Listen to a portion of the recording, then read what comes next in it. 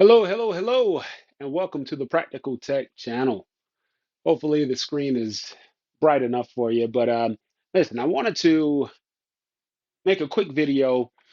Made a big life decision here lately, and it's in regards to my cable. So, listen, I post a lot of stuff on here, random stuff, but I'm true to what I said this channel is about. This is real life things that I use or I've done that I feel like can help other people uh, that are searching around on YouTube trying to find solutions like I randomly do for things. So in this case, it's cable, right, or satellite TV to be exact. So uh, over the last 15 years, I've been a DirecTV satellite user, and I've had cords on top of cords, boxes on top of boxes in my rooms. This is one room worth of wiring for my DirecTV uh, guest room, mind you. It's not even the 4K box downstairs. It's twice as many ports. But that's not the reason why I decided to look at other options for TV. Uh, I did kind of going through looking at some of my bills, and I realized before discounts, I was paying $250 a month before discounts for television. And that's not even including the Sunday ticket for satellite for DirecTV last year. 250 bucks base package, right? So I had $50 in equipment, which they charge every month. DirecTV does. Um, and then my base package, I think I had the choice or extra package or whatnot, and then the premium channels. There you go, 250 bucks plus tax. Um, so I decided to look at some other alternatives out there, especially when I heard the news that YouTube uh, won the bidding war for NFL Sunday Ticket, which is awesome. So with that, I got to doing some research and I wanted to see what was out there, where the technology was at, and did it make sense? So started doing some checking. I looked at Hulu TV, I looked at Fubo, I looked at Apple TV.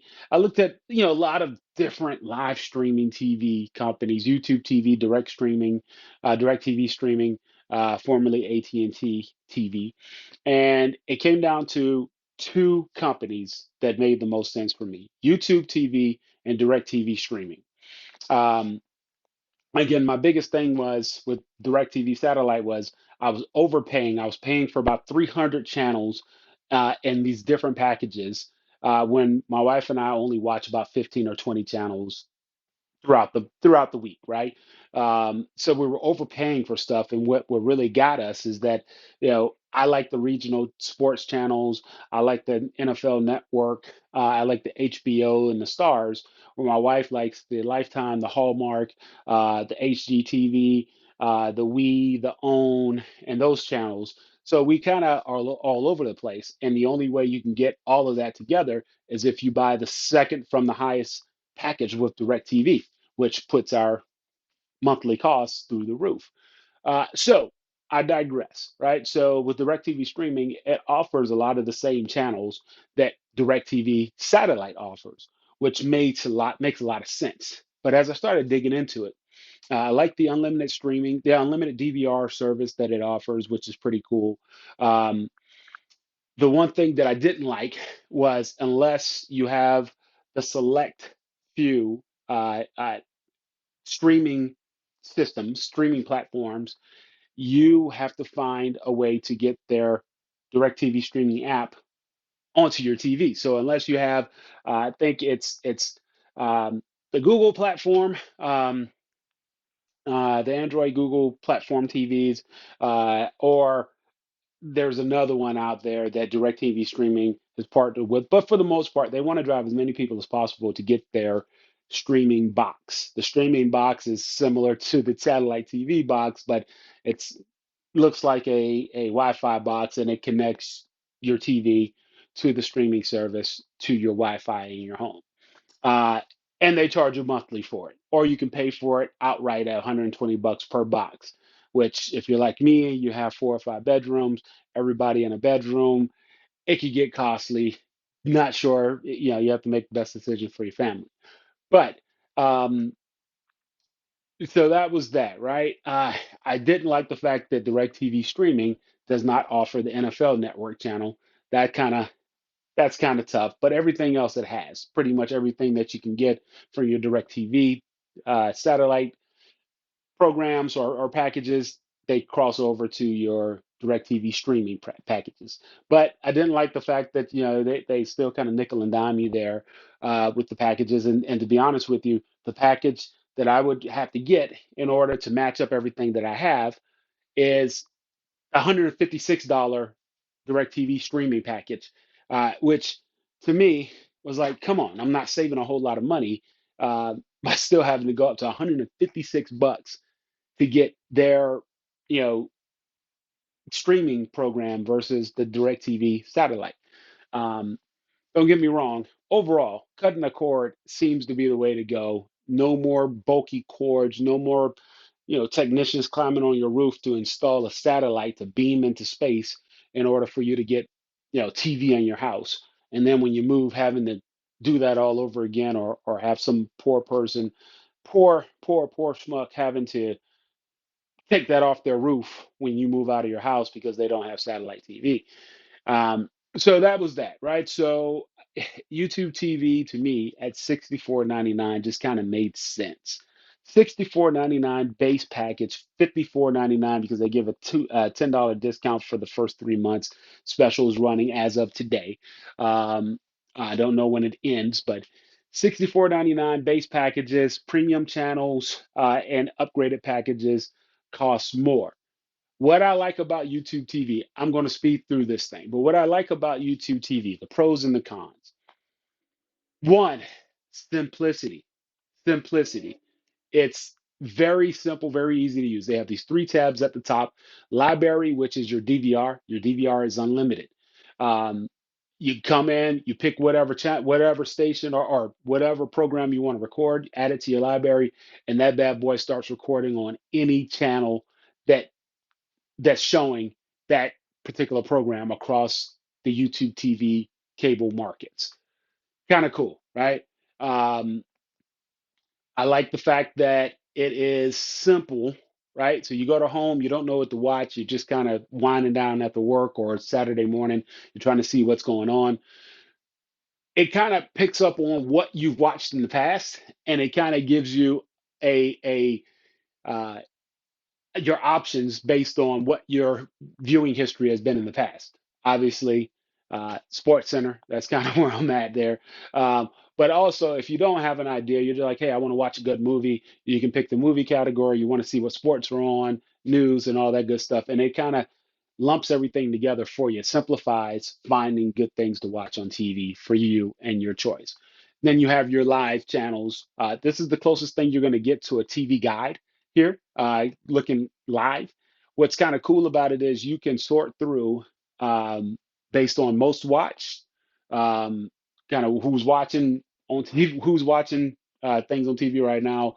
You can sort your channels by alphabetical order, or you can custom sort your channels however you want. Default will kind of clump everything together, local channels, news, sports, entertainment, things like that for you to view inside of your lives channel. Another thing that I like is on the far right there where you see the C, you can choose to set up a family sharing account. I think you can share with multiple people in the house, which is kind of cool. My wife and I are the two big TV watchers. The big thing on this one, right? So when I go to home and I want to see exactly what is on based on my viewing habits, it's going to populate what I watch. My wife is a whole different setup, right? So my wife is Lifetime and OWN and WeTV and 100 pound, 500 pound this and all this. My wife likes, those shows, and she loves the daytime talk shows. She watches it when she comes home from work. Um, this gives your family member a chance to kind of customize their TV watching experience without having to uh, infringe on yours, right? Perfect example, right? So my daughter loves this kids baking championship show. She loves it.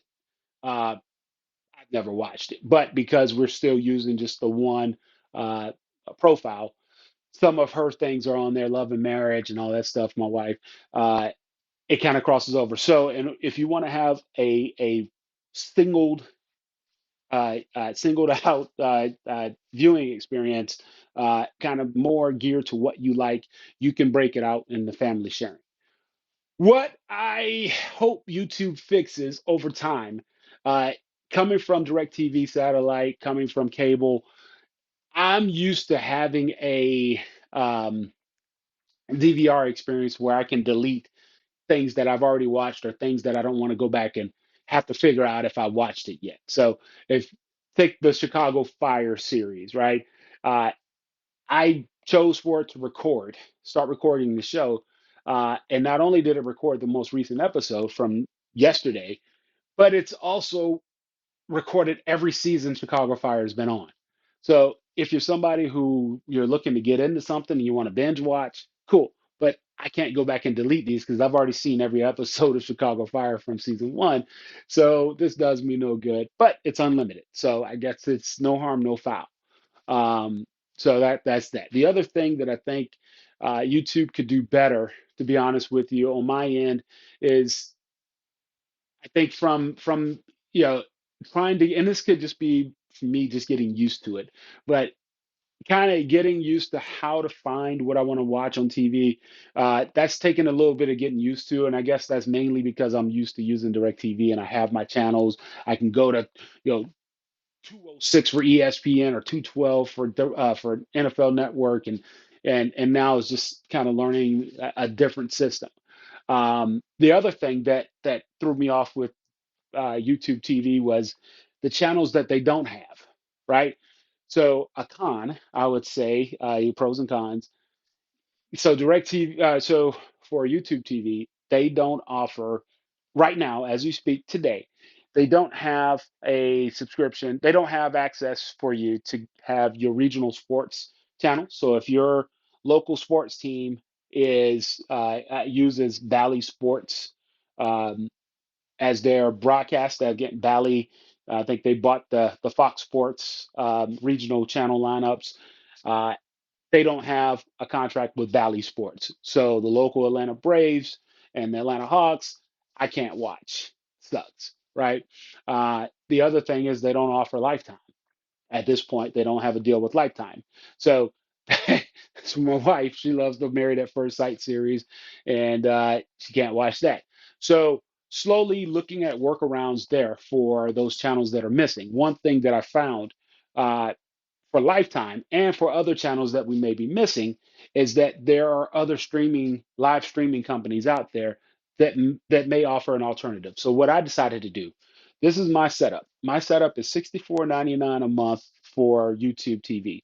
I have three premium channels: Cinemax, Showtime, and Stars, which it averages out to about $10 a month per, right, for each. So that's 94 dollars for my premium channels.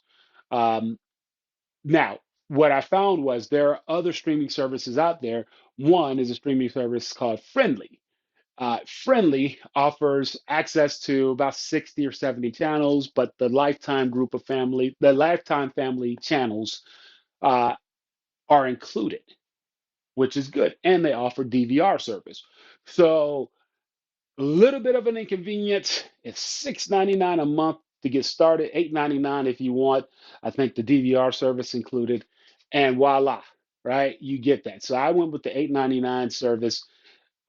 My wife can record the Married at First Sight series and anything else that she wants to watch through the Friendly app, and she can go back and watch it whenever she wants um, for $8.99. So math is terrible, but if you want to kind of do the math, I went from paying 250 bucks a month before discounts with my Direct TV, and I'm now down to what, $102 a month with my service going through YouTube, and I have all the channels that I really want to watch, minus the Bally Sports. I got to figure out a workaround there at some point, but that's that. And then when NFL Sunday Ticket comes around, I'm already in the YouTube TV family, and it just makes sense. So, to sum this up, you got to do what's best for your family, right? I chose to go through YouTube TV, and I'm using the Roku streaming system. If you, this is something I forgot to add. So yeah, so if you're like me and you're kind of slowly but surely transitioned over to streaming TVs and all this stuff, 4K and all this stuff, uh, and you have a family. If it's just you, you're in a college dorm somewhere, and you just have one TV, you can kind of make a decision to figure out what you want to do. Some TVs have the smart TV set up with the good remotes, and you can do whatever you want. And some you may not have a smart TV in every room if you have a big family. This is the workaround I have. I have a decent sized family, but we have 5 different rooms with TVs in them. I chose to buy the individual Roku streaming devices, the 4K devices, for about 39 bucks per, right? I spent about 120 bucks for 3 rooms and attach them to the TVs. We have Vizio TVs. The Vizio TVs, the ones that we have, they're smart TVs, but they don't come with the remotes, or they don't come with a um, best way I put it, they don't have like a app system on the TVs, right? I could stream from my phone, cast it to from my phone to my TV, but there's not a working functioning setup like Roku or some of the other smart TV setups. If you have an LG or Samsung, that's kind of what I'm talking about, right? So I bought the Roku system, streaming system, because it just makes everything consistent and it simplifies my usage. And I can download all of the apps that I need in order to make my TV watching process as simplified as possible. So that's what I did, right? So instead of paying monthly for the streaming box or whatever from DirecTV, I made the one purchase for multiple boxes or multiple Roku devices, and I'm set up with YouTube now, saving $150 a month. So do with this what you may. I personally took me a couple of hours uh, over the course of about a month of doing research, looking at other people's videos. Honestly, the YouTube TV videos were not that great that I saw. There were a few good ones to kind of help me and guide me into where I wanted to go, but for the most part, I had to do a lot of digging, a lot of articles and news stories, and a couple of good videos. So I wanted to put something out there based on my experience, based on uh, why I made the decision that I made, to hopefully help somebody else save time in making the decision as to choosing where they wanted to go. To be fair, I can honestly tell you from a price perspective, YouTube TV is kind of in the middle for me for what you get for what it offers. Hulu TV is probably one of the better ones as well. I think some of the channels that they didn't offer, and I want to say the DVR was different. I don't know if it offered unlimited DVR or not. DirecTV streaming is solid, but you're not really going to save a ton of money unless you really don't watch a lot of channels. Uh, it would behoove the streaming service that wants to take over and dominate in the future, it would behoove them to offer a package to where people can pick, up to 100 channels that they really want to watch, and they can pick the channels they want versus having the set packages. But I know it's more involved than that. It's TV deals, these contracts that these, that the cable company, satellite company, and now the streaming companies sign with these uh, television companies. It comes with guarantees, and so they can't rely on regular people, to choose the channels they want, because the companies are going into business with each other based on guarantees. But the company that figures that out will take over, I think, take over the TV watching space, give people more freedom to pick what they want to watch. Until then, YouTube TV seems to be the move. And I think this is a good move for me and my family. I think it's going to work out. as best it can. I don't have to worry about the channel blinking out every time it rains like it's doing now. Um, and then also, one thing that I do want to keep an eye on, read a couple of reviews where people were saying that during the Super Bowl, uh, that the feed started to lag a bit. Um, so I'm waiting for the first major television event where all eyes are on TV. Maybe it's the college basketball national championship or the women's World Cup later this year, um, something of that nature. I want to see how it holds up under a major TV event, to see if I do get any lagging, or it could have just been their Wi-Fi setup. I don't know. I want to see how this handles. Um, with a lot of juice being pulled out of it, or when all TVs are on in my house, I want to see how it handles with multiple people watching. Couple of things real quick. I'm gonna hit you with. I know my videos are normally not this long, but this is a lot of information I want to add in here. Couple other things, right? You can buy like an additional package for $20 on top of the 64.99 rate. That additional package will give you 4K TV. It will give you unlimited family sharing, so unlimited streaming in the house. Right now, the base package just offers three streams per household. So so if you have guests over and you have 5 or 6 TVs going at one time, you may want to get the upgraded package for so everybody can watch TV and be comfortable in the house. But if it's just you or a few people in the house, the 64.99 with the 3 streams works for you. It doesn't allow for you to share outside of the household. I think it looks at the Wi-Fi, the IP addresses from the Wi-Fi connection. So it only allows people inside the household to use it, I believe.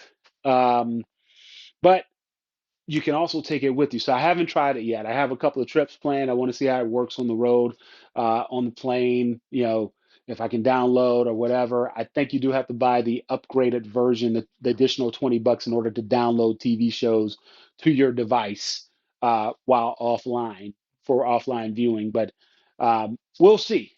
At the end of the day, you're saving 150 bucks. So I'm willing to make some sacrifices on some things to save the money, right? Save the money. 150 bucks times 12 a year. That's a lot of change. Um, the last thing I will say on this one, as far as the YouTube TV and the setup here, um, no messy cords, no contracts. I'm not locked in. So if YouTube service starts to go down, or if the if it starts to become not what I expected, there's nothing locking me into a long-term contract. I'm not going to be penalized for canceling. So that's a beautiful thing. I think in today's world, cell phones started doing it where they got away from the long-term contracts. I think everybody is starting to shy away from the contractual obligations for these services because the technology changes too quickly. And to lock yourself into a long-term deal with a cable or satellite company, it only it only puts you behind the 8 ball because the technology is changing every week almost. And you want to be with a company where you want to be in a situation where you can be flexible and nimble to change and to keep up with the times to make sure you're getting the best available service for the money. So that's it. I hope this helps at least one person make a good buying decision, or at least it helps you to talk about it more at the, in the break room or at the kitchen table. Um, Feel free to comment. Let me know what you guys think. If you are using a streaming service, let me know what you think. I know there's some options out there a lot cheaper. There's some options out there from other people, other companies, other setups to where people are using the Fire Stick and all this stuff. Let me know what you guys are using. Let me know what you think. And if you like my content, if you like what you're seeing, look, I'm putting stuff on here that I'm using in my house day to day. I don't have a big studio set up and all this stuff. The biggest purchase I made was a thing to hold my camera while I make these videos. So if you like it, subscribe. I'll try to upload more things as I buy it. and try them out, and I'll give my real honest review on this. And by the way, I'm using the Pixel Buds Pro to uh, uh, to do the audio for this. So give a like, subscribe, comment. We'll see you on the next one. Practical Tech out.